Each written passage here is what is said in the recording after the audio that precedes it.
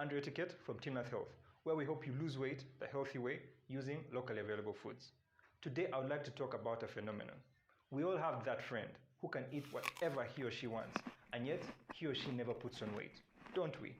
Is it safe? Is it healthy? Are there any dangers to eating whatever one wants? Let's find out. But first, if you're new to this channel, follow and subscribe, like and share with a friend, even your enemies. Alright, so let's dive in. In order for us to appreciate this, we need to understand a scientific term called insulin resistance. So let's talk about insulin. Insulin is a hormone produced by our bodies in response to certain nutrients which gain access to our blood. Food gets digested in our mouths and in our stomach and in our small intestines. So by food, I mean I'm considering the major macronutrients. So macronutrients means macro means big, the big boys, the nutrients we need in large quantities, relatively large quantities to sustain life. So for me, the most important is protein, carbohydrates, what most people call carbs, and then fat. So as you said, it gets digested. So protein gets digested into what we call amino acids. Carbs get digested into, most importantly, glucose. And then if you're eating fruit, for example, or honey, you may have some fructose. Also coming out of there. The fats get digested into fatty acids, a couple of other things. But anyway, for purposes of insulin, we're really interested in protein and the carbs. So as I said, it gets digested. Once these breakdown products gain access to the blood, what happens is that your body is going to produce insulin. Why? Because insulin is what helps your body take up nutrients. Let's see what happens when these nutrients gain access to your blood. And I'll use a graph to illustrate that. Forgive my crooked drawings, but we shall get the point. All right, so let's look at carbohydrate first. So carbohydrate, you can either eat healthy carbohydrate or unhealthy. Healthy is carbohydrate, which is rich in fiber, sweet potatoes, vegetables, pumpkin, yams, and that kind of thing. Unhealthy is your refined sugar. So things like your sugar, table sugar, sodas, products of milled flour, like your chapatis and cakes, biscuits, all that kind of thing.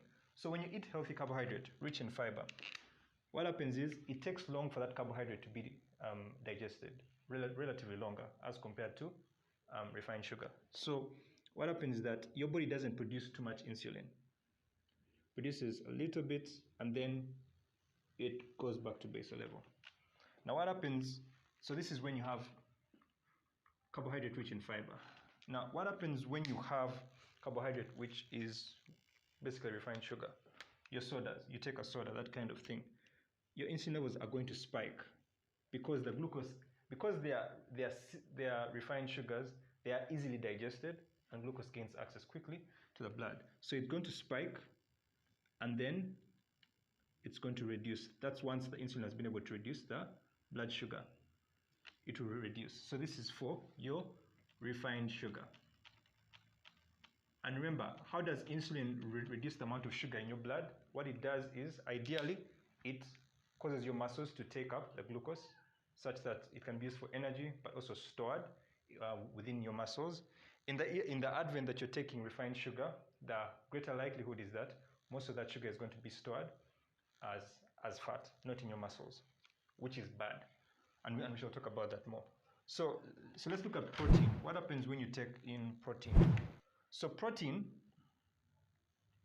those amino acids also cause some kind of insulin spike, not as much generally as if you're taking refined sugar. There's also some kind of insulin spike from the proteins. The fatty acids do not really cause much of an insulin spike. So why is this important? Eating lots of refined sugar, as you can see by the red graph, which basically would also be the same, it's normally the same thing when you eat large quantities of food.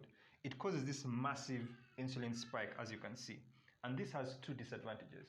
One, these large amounts of insulin actually cause your cells to become resistant to insulin. And that's the term which I talked about. I did a video on cheat meals. If you didn't watch it, please watch it. You'll be able to associate what I said there with what's happening here. The second thing which will happen is that in the long term, you will actually end up fatiguing your pancreas. Why? Because when you keep having these foods which are high in refined sugars, you keep eating large amounts of food, you keep causing these insulin spikes, you overwork your pancreas. And with time, the cells which produce insulin in your pancreas actually begin failing. Both of these conditions, the failing of the cells in the pancreas to produce insulin, and then also the insulin resistance, which is actually happening at your muscle cells, most importantly, are going to, one, result in you actually putting on more weight. Why? Because most of this glucose ends up being taken and stored as fat. But then also two, which is a worse thing, is that you will actually end up getting type 2 diabetes unless you stop doing these kinds of things. That's why we normally recommend that people should eat foods which are higher in protein and in fiber. Now, an important thing to mention is that, remember when I said that fats don't cause an insulin spike? Well, there's one exception to that, and that is when you eat fats combined with carbs. So pizza, if you're going to eat chicken crusted with flour and deep fried in oil, that kind of thing. Cakes, with the butter and that kind of thing, and the flour. Matoke and eshabwe, you understand, those kinds of things. Now that's a worse combination. It actually causes a greater insulin spike than what happens when you just have refined sugar. So don't mix carbs and fats in high quantities. I do not recommend it.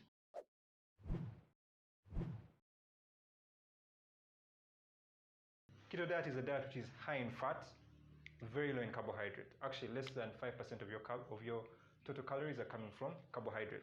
In that kind of diet, your insulin levels actually drop, and that's why a keto diet is very good for people who are insulin resistant, people who are pre-diabetic, about to become diabetic, people who have just been diagnosed with diabetes. I've actually had some people get on that kind of diet and actually reverse. So let's go back to the scenario which we looked at the start. We're talking about this person who eats whatever he or she wants and never puts on weight. Typically, you find that this person is actually quite lean. They're actually toned. Some cases they are thin. They don't really have that muscle definition, but most likely they're actually toned and that kind of thing, which means they have a good enough muscle mass to handle those excess calories. So they put in that food, but their muscle mass is able to take up those calories to burn it down and that kind of thing. So that's why they don't necessarily put on weight. As opposed to somebody who is overweight or obese, who most times has a low muscle percentage and high amount of fat. However, they may not be putting on the weight because the muscle is taking up those excess calories and what. But remember, insulin resistance is still happening. And that's why you typically find somebody who has been, say, thin or lean for most of their life, primary school, secondary school, university, gets that very good job and that kind of thing, being paid a lot of money, starts drinking a lot, having lots of junk for dinner and that kind of thing, and all of a sudden somebody who was this small just balloons out. Why? Because even if they were burning those calories effectively, these massive insulin spikes were actually happening, and this was causing damage. Remember what I told you, failure of the cells of the pancreas to produce insulin. So it's a continuum, it's a long-term process, and that's why you may not be seeing the harm happening on the outside, but it's happening on the inside. And that's why I tell people we should all adopt healthy lifestyles. Whether you're thin, whether you're medium-sized, big, we should all start eating foods rich in fiber, foods rich in protein. All right, that's all we had for today. Thanks for tuning in. If this was your first time, follow and subscribe. Otherwise, like, share with friends, even your enemies. If you're looking to start eating healthy using foods which are locally available to you, be sure to call us up, text us, and we shall get back to you. Till next time, take care and peace.